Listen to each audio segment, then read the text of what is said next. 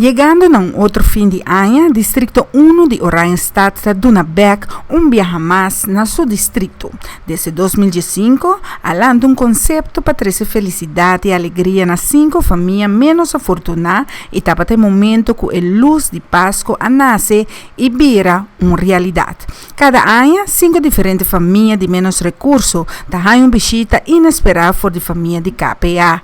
Hoje, 5 anos depois, por seguir mira e sonrisa, alegria e emoção de família nanco tem um macuto grande de comestível, ham, galinha e kerstboom para não por passo Páscoa feliz.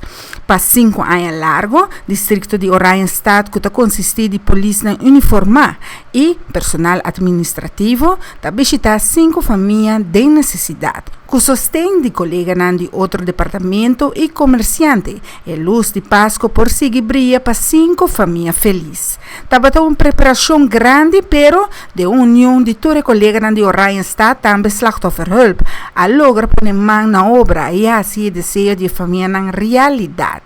Com diferente patrulha, música e ambiente, a recorrer Oranjestad completo e a visitar Fiolstraat, Timonstraat, Madikikavel, Tankileendert e Seroyanchi.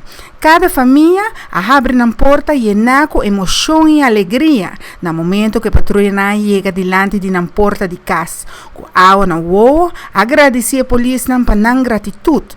Polícia de banda a baila, canta e também abraça cada família, desejando bom Páscoa e feliz cambio de ano 2020.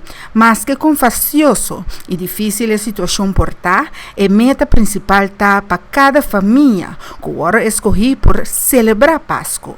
E na coração com a luz positivo, que de vida toda gente merece a oportunidade de por celebrar Páscoa e ano novo com dicha, paz e prosperidade.